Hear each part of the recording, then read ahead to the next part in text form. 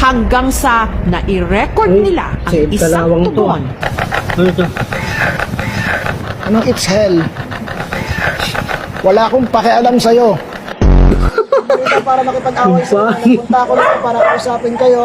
Inuulit ko. Hindi ako pumunta rito para makipag-away. Kausapin lang kita.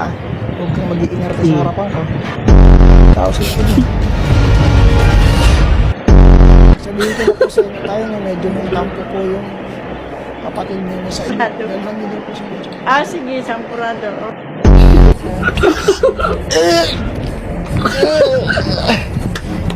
Save kalawang to. Parang Ang ina, mamamatay na. Lapsi pa buta.